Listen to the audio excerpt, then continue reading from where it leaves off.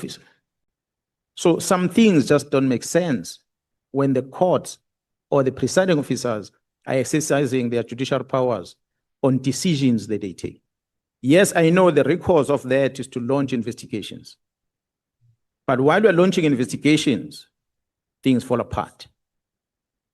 And what we're on the verge of doing in this country was to hand over the country to the people that were going to control it.